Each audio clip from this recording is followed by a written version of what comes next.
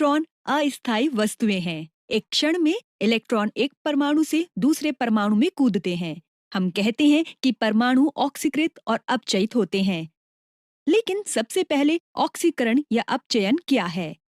क्या अपचयोपचय अभिक्रियाएं कई प्रकार की होती हैं? तो चलिए जानते हैं इस वीडियो में। हमारा उद्देश्य है हम अपचयोपचय अभिक्रिया और इसके प्रकारों के बारे में जानेंगे। आपने देखा होगा कि आयरन कील पर जंग लगना, चमकदार सफेद रोशनी के साथ जलता हुआ मैग्नीशियम रिबन या यहाँ तक कि कटे हुए सेब का रंग भूरा हो जाना, ये सभी अपचयोपचय अभिक्रियाओं के उदाहरण हैं। अपचयोपचय अभिक्रिया का अध्ययन करने के लिए हमें पता होना चाहिए कि ऑक्सीकरण और अपचयन क्या है। ऑक्सीकरण एक ऐसी प्रक्रिया है जिसमें एक परमाणु एक इलेक्ट्रॉन त्यागता है। यहाँ परमाणु जो इलेक्ट्रॉनों को त्यागता है उसे ऑक्सीकृत कहा जाता है, जबकि अपचयन वह प्रक्रिया है जहाँ एक परमाणु एक इलेक्ट्रॉन ग्रहण करता है। जो परमाणु इलेक्ट्रॉन ग्रहण करते हैं उन्हें अपचयित कहते हैं। वह प्रक्रिया जिसमें एक ही समय में ऑक्सीकरण और अपचयन दोनों शामिल होते हैं अपचयोपचय अभिक्रिया कहलाती है।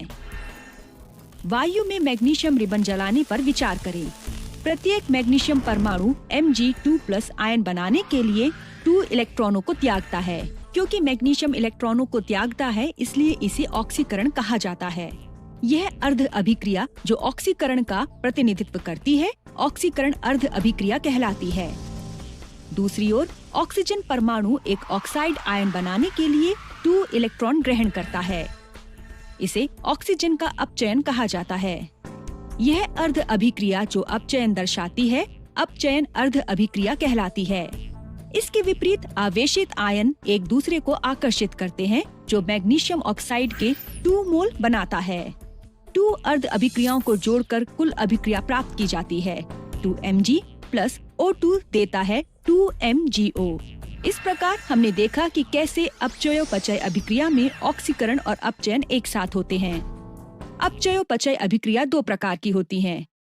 प्रत्यक्ष अपचयोपचय अभिक्रिया, जिन अभिक्रियाओं में एक ही पात्र में ऑक्सीकरण और अपचयन दोनों ही होते हैं उन्हें प्रत्यक्ष अपचयोपचय अभिक्रियाएं कहते हैं।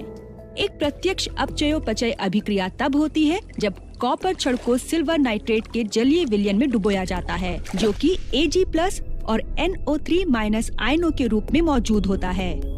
कुछ समय बाद ये देखा गया कि कॉपर छड़ आकार में घटती है और विलयन नीला हो जाता है, जबकि चमकदार धात्विक सिल्वर पात्र के तल पर जमा हो जाती है।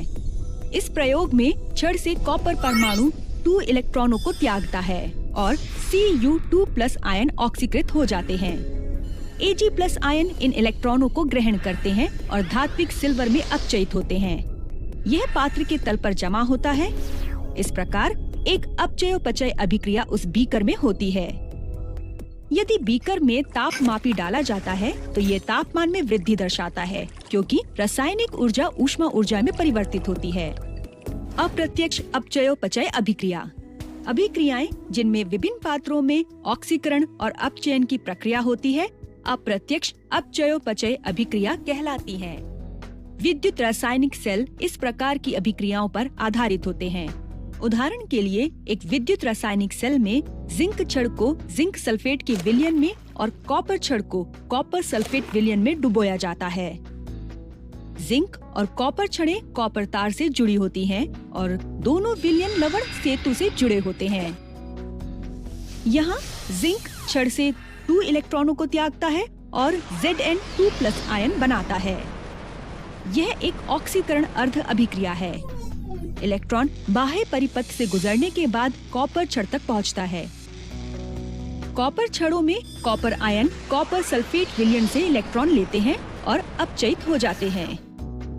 इस प्रकार अपचयोपचय अभिक्रिया इलेक्ट्रॉनों के प्रवाह को उत्पन्न करती है और विद्युत ऊर्जा उत्पन्न करती है जिसका उपयोग किया जा सकता है।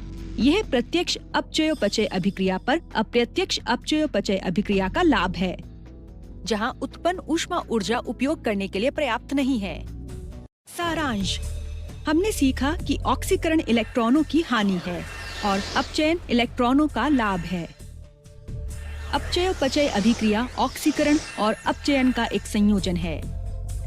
प्रत्यक्ष अपचयोपचय अभिक्रिया एक ही पात्र में तापमान में वृद्धि के साथ होती है, जहां रासायनिक ऊर्जा ऊष्मा ऊर्जा में परिवर्तित होती है। और अप्रत्यक्ष अपचयोपचय अभिक्रिया दो अलग अलग पात्र में होती है। विद्युत रासायनिक सेल अप्रत्यक्ष अपचयोपचय अभिक्रियाओं पर आधारित होते हैं, जो रासायनिक ऊर्जा को विद्युत ऊर्जा में परिवर्तित करते हैं।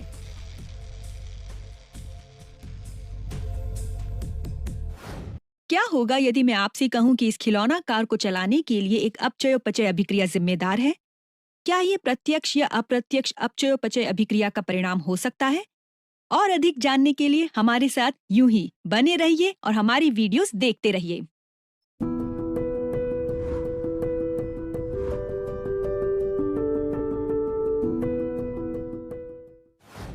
हम आदतन ऑक्सीकरण सुनकर केवल खुले में लगने वाली जंग के बारे में सोचते हैं, लेकिन सच्चाई तो यह है कि धातुएं जल के अंतर्गत भी ऑक्सीकृत हो सकती हैं और इसके अलावा उनमें विलयन में भी जंग लग सकती है। जी हाँ, यह होना संभव है। आप देखेंगे कैसे और क्यों। आइए एक जिंक छड़ को बीकर में रखे कॉपर सल्फेट विलयन में डुबाएं। साथ ही एक कॉपर छड़ को दूसरे बीकर में सिल्वर नाइट्रेट विलयन में डुबाएं। अब पहले बीकर में होने वाली अभिक्रिया को ध्यान से देखें। Cu2+ आयन कॉपर सल्फेट विलयन में उपस्थित है। छड़ में जिंक परमाणु इलेक्ट्रॉन त्याग कर ऑक्सीकृत हो जाते हैं। यह अभिक्रिया निम्न है। Zn सॉलिड देता है Zn2+ aqueous plus 2 electron minus. Copper ion इन इलेक्ट्रॉनों को ग्रहण करते हैं और अपचयित हो जाते हैं। यह अभिक्रिया निम्न है। Cu2+ aqueous plus 2 electron minus देता है Cu सॉलिड। अतः ऑक्सीकरण तथा अपचयन पूरक अभिक्रियाएं हैं। संपूर्ण अभिक्रिया निम्न है। Zn solid plus Cu2+ aqueous देता है Cu solid plus Zn2+ aqueous. यह ठोस कॉपर जिंक छड़ पर लगातार निक्षेपित होता है। इसी प्रकार दूसरे बीकर में होने वाली अपचयन ऑक्सीकरण अभिक्रिया निम्न प्रकार से व्यक्त की जा सकती है। Cu solid plus 2Ag+ aqueous देता है 2Ag solid plus Cu2+ aqueous. जब एक अभिकारक का ऑक्सीकरण होता है तो साथ ही साथ दूसरे का अपचयन होता है। इसलिए संपूर्ण अभिक्रिया को रेडॉक्स अभिक्रिया के रूप में जाना जाता है।